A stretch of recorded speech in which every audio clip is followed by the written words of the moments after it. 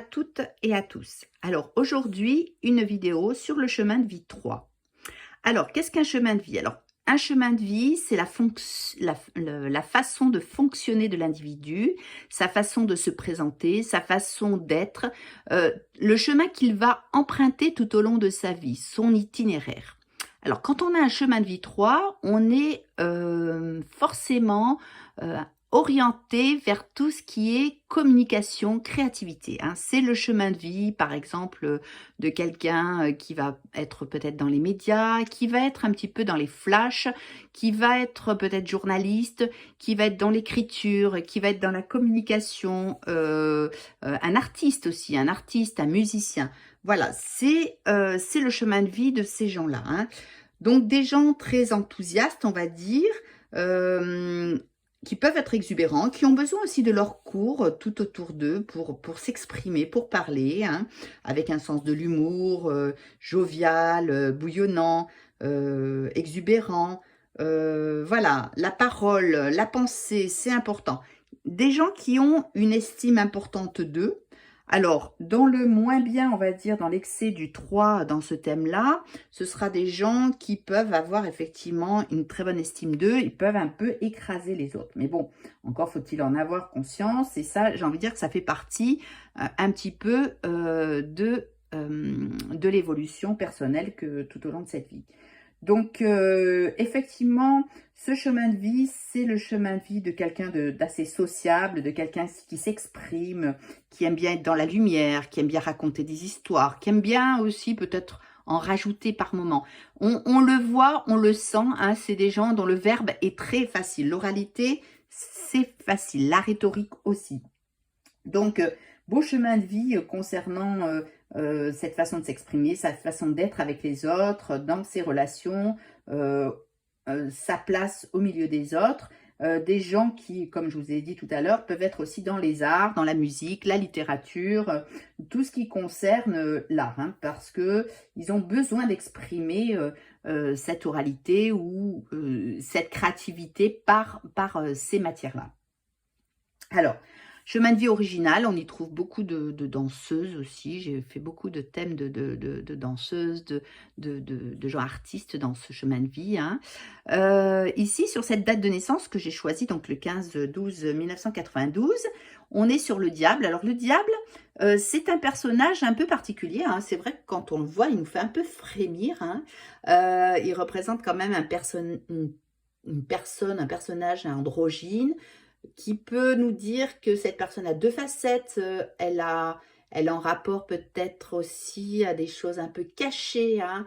Le diable, c'est souvent le rapport hein, au passé qui est à nettoyer, hein. Moi, je vois toujours dans le 15, je l'associe souvent dans ce 15 au scorpion, hein, qui est un être un peu passionné, qui peut être dans l'offensive, hein, qui est prêt euh, attaquer, hein, voilà, c'est ça. C'est le diable, c'est la force quand même, hein, c'est la force, mais il y a des choses un peu cachées, un peu sombres, hein. Moi, j'y vois souvent du karmique dans ce 15, toujours en lien donc ce diable aussi avec donc le passé, l'argent, l'intérêt, un côté sombre, hein. Bon, enfin, nous avons tous à travailler sur nous, mais ce diable nous indique quand même que il y a un petit peu de boulot pour pouvoir comprendre des choses sur soi. Alors après le 12 qui est le pendu, donc on est au mois de décembre, effectivement, au mois de décembre, c'est l'hiver, on a besoin d'être reclus un peu, en repos. Il nous parle du temps nécessaire pour avancer, pour évoluer, du temps nécessaire pour comprendre des choses. On est en décembre, il faut faire un petit peu comme les animaux, se mettre un peu dans nos cavernes, on va dire, nos grottes, et puis attendre que ça passe, faire des choses euh, plus à l'intérieur. Voilà. Ce pendu nous rappelle voilà, que la réflexion est nécessaire et qu'il ne faut pas s'emballer, hein, ok.